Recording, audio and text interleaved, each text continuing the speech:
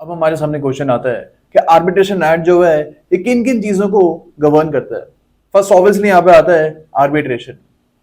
इसके अलावा conciliation is also govern by this act. Thirdly enforcement of foreign awards, यानी for example एक UK की आर्बिट्रेशन के ट्रिब्यूनल ने एक ऑर्डर पास किया है एंड जो पार्टीज के एसेट्स हैं वो इंडिया में है, तो अगर आपको इस आर्बिट्रेशन अवार्ड को इन्फोर्स करवाना है then it will be done according to arbitration act of India. Okay, तो ये तीन चीजें जो हैं ये आर्बिट्रेशन एक्ट गवर्न करता है। हमको यहाँ पे ये भी याद रखना है that the arbitration act is based on UNCITRAL model law.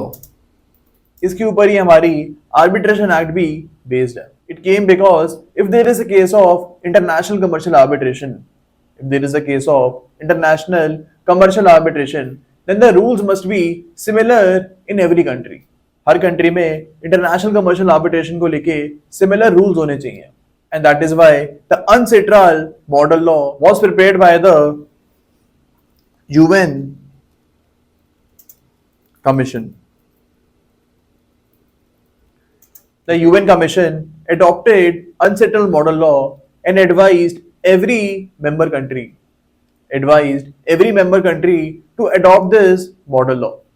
And since India was a member country, because of that, India also adopted the unsettled model law and the Arbitration and Conciliation Act of 1996 was adopted.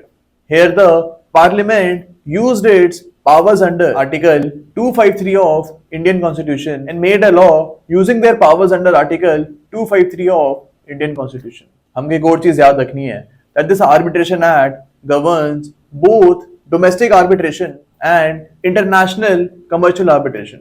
अगर for example दो Indian parties ने arbitration के लिए चुना है तो यहाँ पे डोमेस्टिक आर्बिट्रेशन होगी and this will also be govern by this act only. लेकिन फॉर एग्जाम्पल एक इंडियन पार्टी है और एक यूके की पार्टी है एंड इन्होंने यूके में जाके आर्बिट्रेशन प्रोसीडिंग को स्टार्ट किया। इस केस में भी अगर आपको इस अवार्ड को इन्फोर्स करवाना है इंडिया में then part 2 of arbitration act will come into force.